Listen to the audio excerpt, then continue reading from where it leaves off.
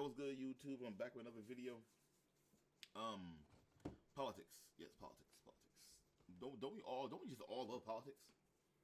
And but big franchise, Fuentes, how the fuck you say it? He has some shit to say about Trump again. So let's see what the fuck he's talking about. Make sure you spark up, roll up with me, relax, put me on, smoke, like and subscribe, and let's get to it. End of the MAGA movement. It's over. Matt Gaetz, gone. Marjorie Greene, gone. Thomas Massie, gone. But in terms of energy, in terms of momentum, it is clearly irreversibly and precipitously on its way out. This movement is tapped. It's out of gas, running on empty. Game over.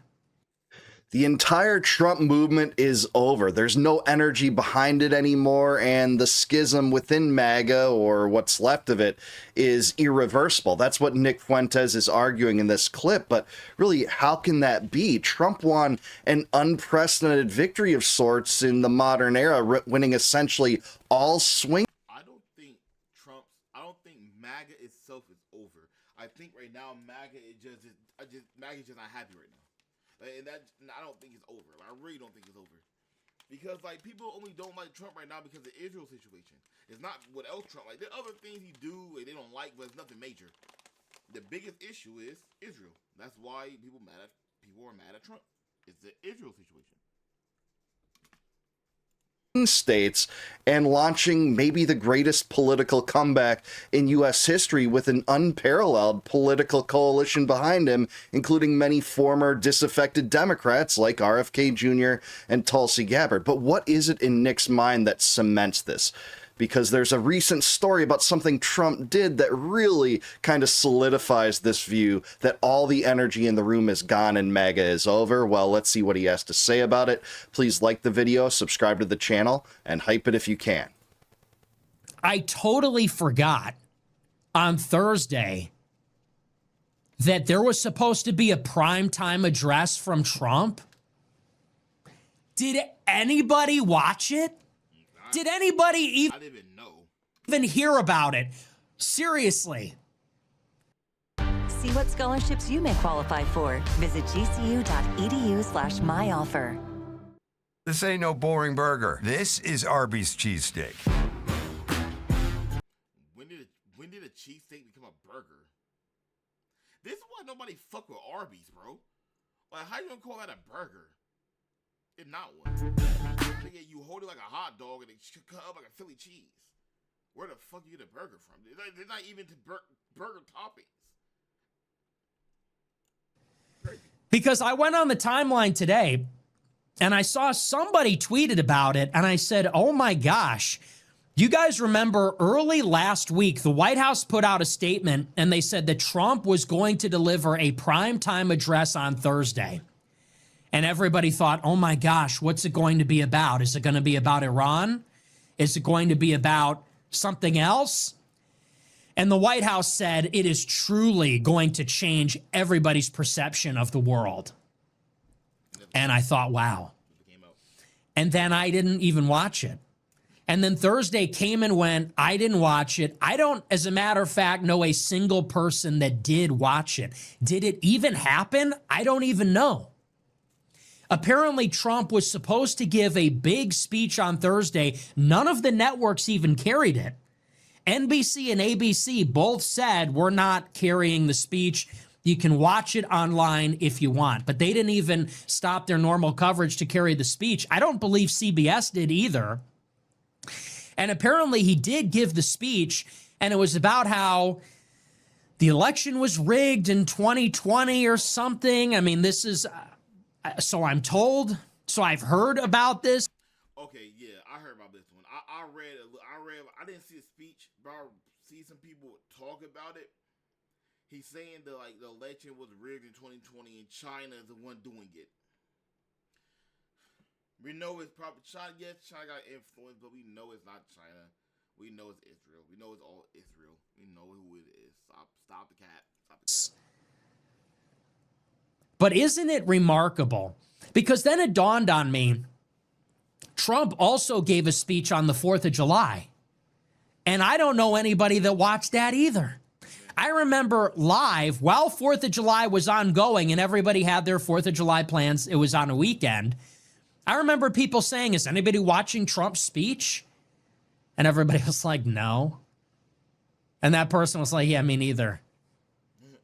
Yeah, I think a lot of that is going on now. There's really no energy behind it. Even many of Trump's supporters are not exactly energized to see what he has to say because it's just been a mountain of lies in many of these major speeches. I mean, the last speech of prominence I think that I can recall that he gave prior to this was a few weeks into the war in Iran, where Trump was going to set out the war aims and discuss what had transpired, why the United States launched this war, and why there's this strategy with Israel with what seemed to many Americans seems like a case you can't punch holes through at all now, that the United States got dragged into this war for the sake of Israel and their territorial ambitions.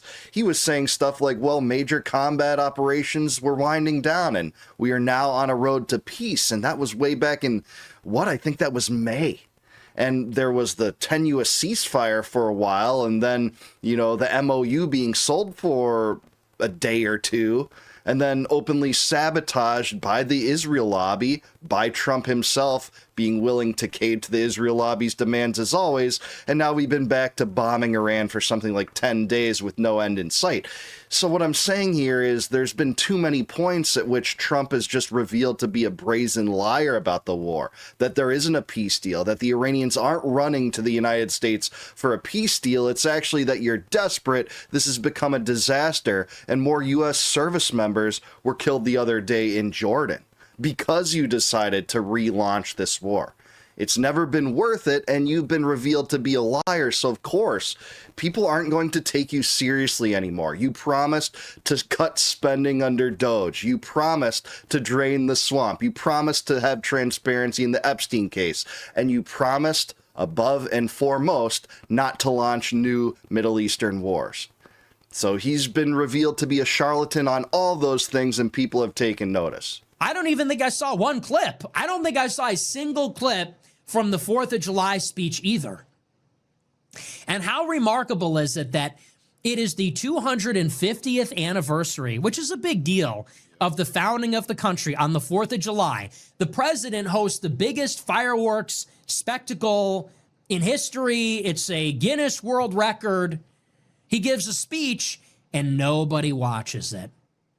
Nobody watches it. Nobody cares. Nobody's talking about it. There's no clips. There's no memorable moments. It's not a must watch. It's not anything. It's not even on anybody's radar. It doesn't even register. It's like it didn't even happen. Do you remember? I didn't see one thing about it. I didn't watch it. And then it happened again. And then it happened again last week. The White House said the president is going to give a primetime televised address on Thursday, and we're in the middle of a war. So you would suspect it's at least worth watching because it might pertain to the war that we're in, which is causing a global energy crunch and potentially a recession and all these problems. The networks didn't even carry it, didn't even bother, and nobody watched it and nobody's talking about it. I don't even really know that it happened. If somebody put a gun to my head and said, did Trump give that speech or not? If you answer incorrectly, I'll kill you. I could not confidently tell you if it even happened. I don't know what was said. I don't know anything about it. I was told it was about election fraud. And isn't that such a stark contrast? I feel like Trump's superpower 10 years ago is that he couldn't do anything without it being picked up. That was Trump's superpower when he ran in the primary in 2015, is the billions of dollars in earned media that he got because everywhere he went and everything he did and everything he said became viral. Yeah, that's exactly right. It's a lot of the reason why many of Trump's opponents sort of propelled him into the limelight by covering everything he said or did.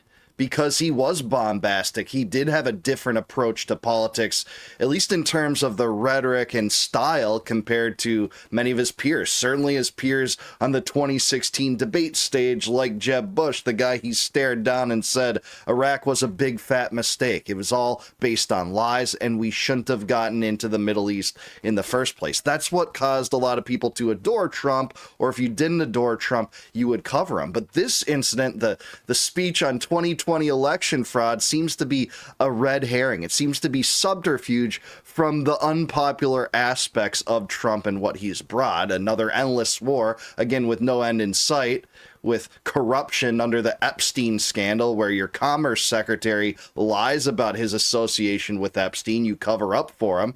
When your PR guy, Steve Bannon, kind of the architect of the MAGA movement, turns out to be a shill for Epstein that was kind of a PR asset for Epstein, trying to wipe the internet clean of true information about Epstein's crimes. You know, this is noticed by the American people, where no mass deportations happen, despite promises for that, and no cutting of spending happens.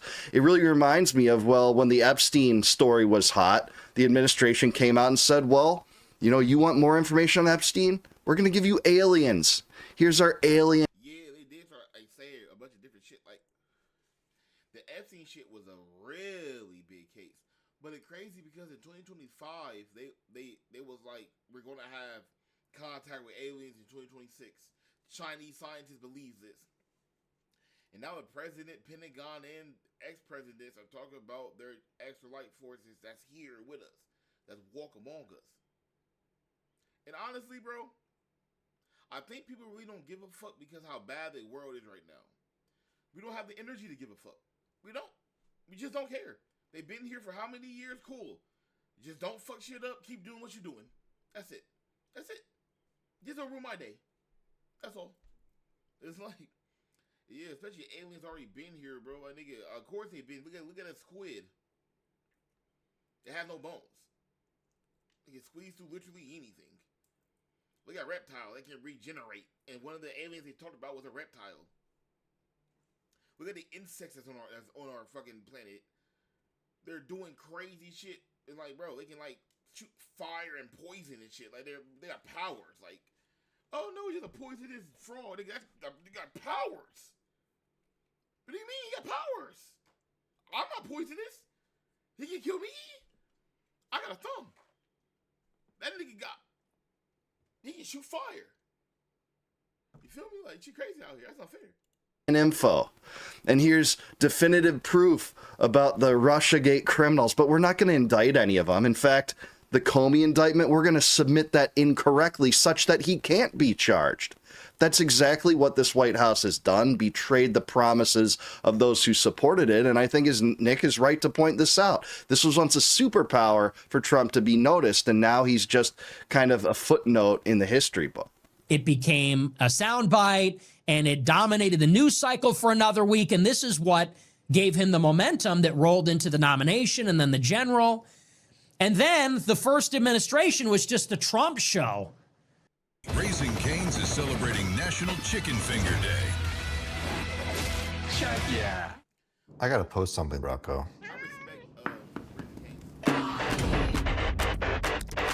It's like I really do respect Raising Cane's because the only thing on your menu is chicken and sauce.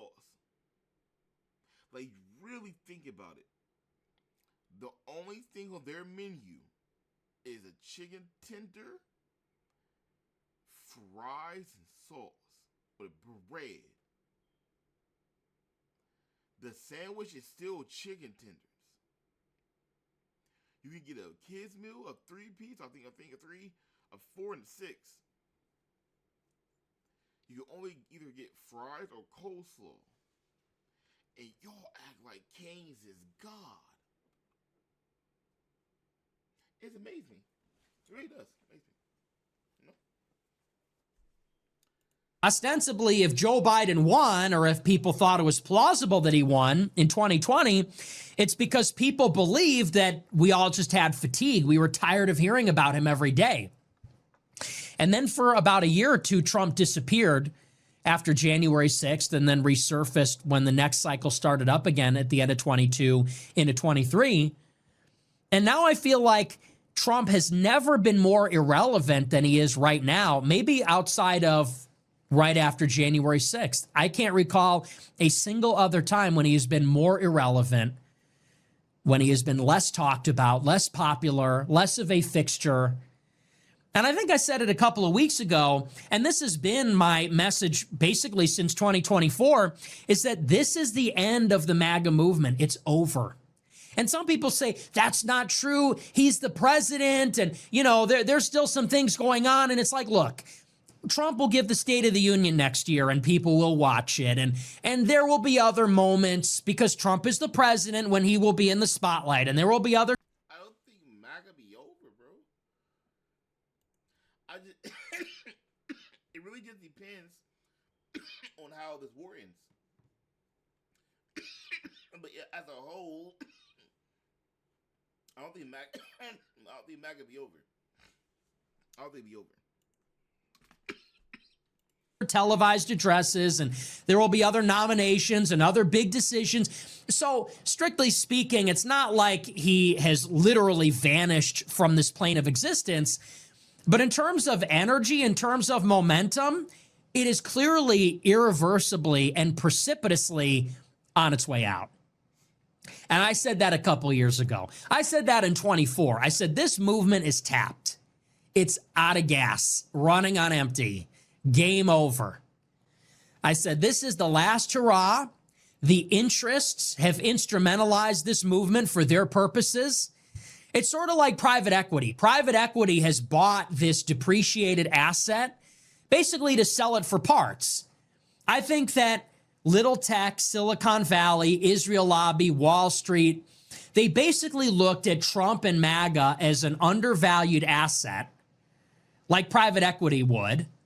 They bought it, hostile takeover, maybe a normal takeover, and now they're just getting whatever they can out of it. The corporate tax rate cut, the data centers, the rate cuts, AI regulation moratorium, the war with Iran, the West Bank, the 2,000-pound bombs, whatever. They're getting everything they can out of it while recognizing that it's not going to exist in 2 years.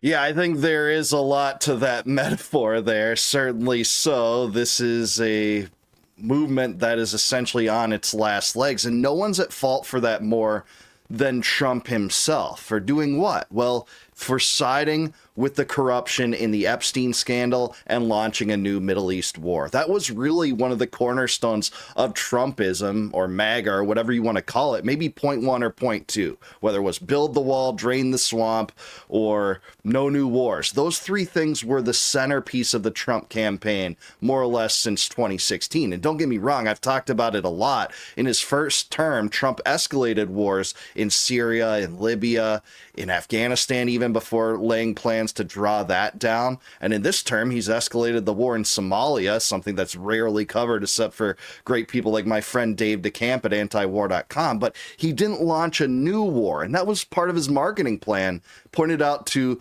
would-be supporters in 2024. Hey, if you're anti-war, you should vote for Trump. He won't launch a new one, and that's exactly what he did. And not for any perceived benefit by the United States, actually for the benefit of not just a random leader, but for a genocidal maniac, Benjamin Netanyahu and the Likudniks, to consummate Greater Israel, destabilize Iran, bankroll a genocide, and do it on the taxpayers' dime in the United States. That's what they did. Rather than focus domestically, completely shunning Trump's famous mantra that Americanism, not globalism, will be our credo. Well, actually, it's Zionism, not Americanism, that has become Trump and MAGA's credo, and that is being noticed. It's not going to exist. There's not going to be some big upswing. It's not a new beginning. They're not like revitalizing the movement. They just sort of bought it to strip it for parts, sell it, and then it's going to be gone. What is most unfortunate about it is that the left is incubating something new. And yes, it's cringy, and listen, I'm not a true believer in this or anything, but the left is incubating something fresh and something new. And it's not It's not full. It's not complete yet. I don't even think necessarily they have a clear leader, but it is these people like Zohran Mamdani and the progressives that he endorsed. And it was a guy like Graham Plattner. Clearly, there is something happening on the Democrat side where there's freshness, there's dynamism. They're giving something different, something younger, something more radical, something more populist. These are the kinds of words you could use to describe it. Zohran Mamdani is a young, extremely online guy who's likable. Even Donald Trump likes him. He's also very radical. He's also very progressive, but he's pushing progressivism in a way, in a medium, in a mode that is disarming. And it's actually persuasive. And this is why you have a DSA mayor of New York City who defeated Cuomo. And someone like Graham Plattner, he doesn't look and sound like every other DSA member, every other Democrat. Join Planet Fitness for $1 down and get up to 3 free months of Apple Music. No commitment. Deal ends July 31st. Whether you're backing up your home, exploring the outdoors, or powering the job site. He's a white veteran and a left-wing populist, more radical, maybe more disarming, more likable. Clearly, and then you got guys like Joel Ossoff in Georgia, young, good-looking, but also Jewish, Israel-critical, somewhat radical in a purple state like Georgia. Clearly, there is something happening on the left where when they get defeated, they learn some important lessons. And they go back to the drawing book, and it is competitive, and they find some new faces and some new voices, and you start to get an idea of a new vision and a new direction. Yeah, I think there's something to it. I know a lot of people on the left that watch this will say, well, no, the Democrats aren't fresh and nothing's shown that this wave of populism, maybe in the New York City elections, is translatable on a scale of the United States. Certainly so, and I have to agree with them if they're going to say that. But yeah, there is this fresh wave of populist energy on the left that is taking the right side on the Israel issue and is at least pinpointing the problem with unaffordability, at least identifying that as a campaign platform to run on. Now, I don't think their prescriptions are good to deal with that. More spending, more government, more central planning, more regulations, more expansion of the welfare state when we already have inflation and $40 trillion in debt. I don't think any of those solutions are good ones, but they are at least identifying the problem. Compare this to Trump, who, when questioned about this, said, I don't care about the financial standing of the average American. He said that right out in the open in front of a reporter, and that really reflects the policy he's bringing forth with this war, with his ceaseless devotion to this war, even if it takes sabotaging his own MOU framework, which at least sets the parameters for an end to this war. No, he won't use U.S. leverage to stop Israel's presence in Lebanon. No, he won't use U.S. leverage to make sure that there is peace in that region, that the United States bases there are not strategic liabilities rather than strategic assets. Why? Because he is beholden to the Israel lobby. As to whether Mamdani or Plattner or anyone, Like, it's crazy, bro. I told people all the time. I said, look, the main reason why I vote for Trump because he's just better than Kamala. Kamala is that bad. She's that bad. And but anybody else, I would went with them. And I said, but Trump, he a businessman in office, bro. He gonna put himself first. He don't care. He's a businessman in office, and he's a Gemini. So it's like, bro, like, if you know, you know. Type shit. Crazy. like that represents a fresh wave of energy, like not really compared to the historical precedent. I mean, you had Bernie Sanders just a few years ago. I mean, he was fresh to some extent in the Democratic Party, but then he just completely aligned with the regime on Ukraine, on many issues. He didn't even vociferously oppose the genocide in Israel until a lot later.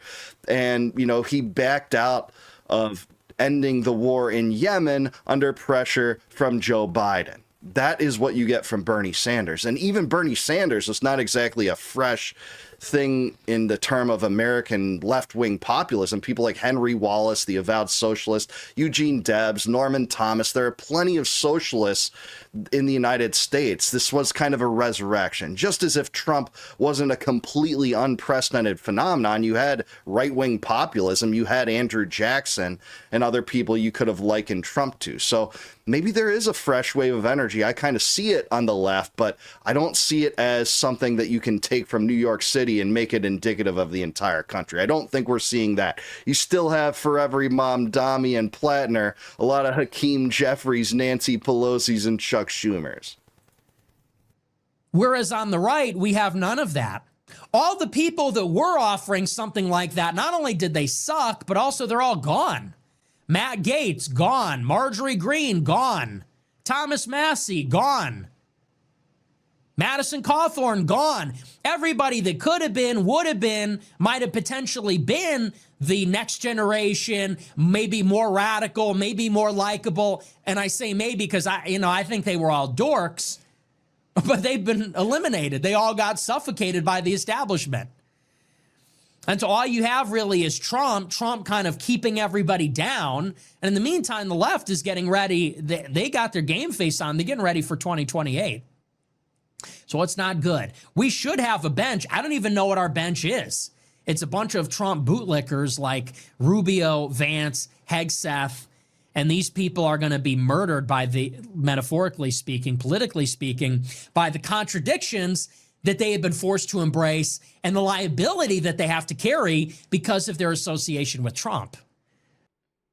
Yeah, I think that's exactly what it is. People on Trump's bench, so to speak, are liabilities to the movement when they continue to carry water for and lie about this war in Iran, the connections with Israel. Hey, every country tries to influence us, as J.D. Vance just said on Rogan. Well, yeah, great, but which ones find success? It seems to be above all the rest that Israel finds success in that. Ukraine to some extent, Saudi Arabia to some extent, Taiwan to some extent, but Israel above the rest. They seem to have sway over our foreign policy apparatus, even though it's the United States bankrolling that country with $4 billion per year before October 7th. And now it's been something like $40 billion since October 7th. This is being noticed at a time when public sentiment is shifting away from Israel. The regime entrenched in power is more rigidly adhered to Israel than at any other time in American history. And this is while Americans languish